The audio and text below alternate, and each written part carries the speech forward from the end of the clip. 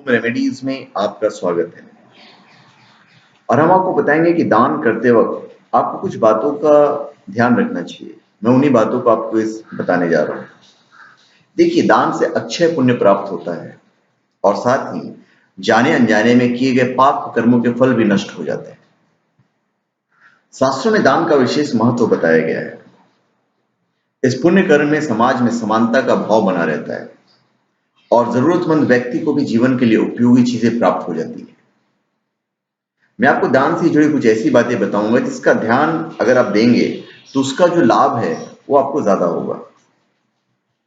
अन्न, जल, घोड़ा, गाय, वस्त्र, सया, छत्र और आसन, इन 8 वस्तुओं का दान पूरे जीवन को शुभ फल प्रदान करता है। अब डिपेंड करता है कि आपकी कैपेसिटी क्या है। शास्त्रों की मान्यता है कि जब आत्मा देह त्याग देती है तब आत्मा को जीवन में किए गए पाप और पुण्यों का फल भोगना पड़ता है। पाप कर्मों के भयानक फल आत्मा को मिलते हैं।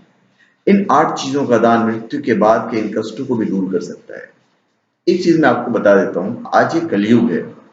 आजकल अगले जन्म में फल वल नहीं मिलते हैं, आजकल इसी जन्म में फल मिल जाते हैं। आप आज करो, 1 महीना, 2 महीना, साल, 2 साल, 3 साल, 4 साल बाद आपने जो गलत काम किया है, जो आपने पाप किया, उसका फल आपको यही मिलना है।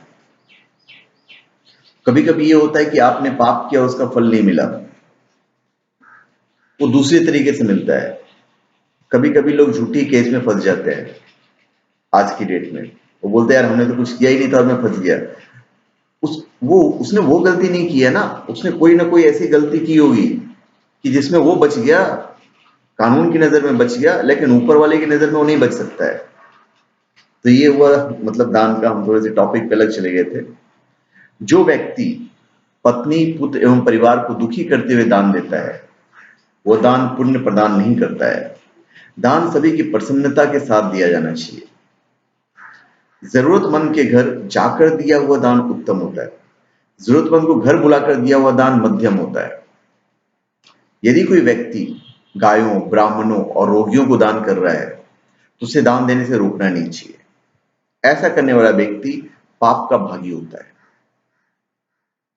तिल, कुश, जल और चावल, इन चीजों को हाथ में लेकर दान देना चाहिए, अन्यथा यह दान दैत्यों को प्राप्त होता है। दान देने वाले का मुख जो है वो पूर्व दिशा की ओर होना चाहिए और दान लेने वाले का मुख उत्तर दिशा की ओर होना चाहिए। ऐसा करने से दान देने वाले की आयु बढ़ती है और दान लेने वालों की आयु कम नहीं होती है। पितर देवता को तिल के साथ, देवताओं को चावल के साथ दान देना चाहिए।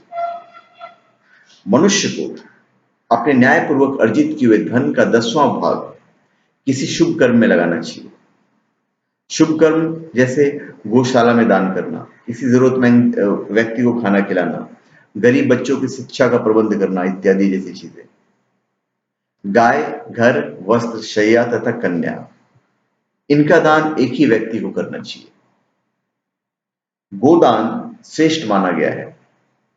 यदि आप गोदान नहीं कर सकते हैं तो किसी रोगी की सेवा करना, देवताओं का पूजन, ब्राह्मण तथा ज्ञानी लोग के पैर धोना, ये तीनों कर्म भी गोदान के समान पुण्य देने वाले कर्म हैं।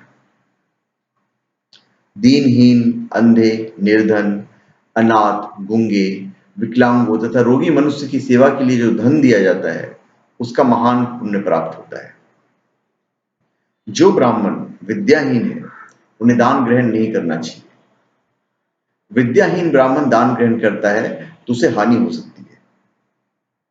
गाय, सोना, चांदी, रत्न, विद्या, तिल, कन्या, हाथी, घोड़ा, सया, वस्त्र, भूमि, अन्न, दूध, छत्र तथा आवश्यक सामग्री सहित घर, इन 16 वस्तुओं के दान को महादान कहा गया है।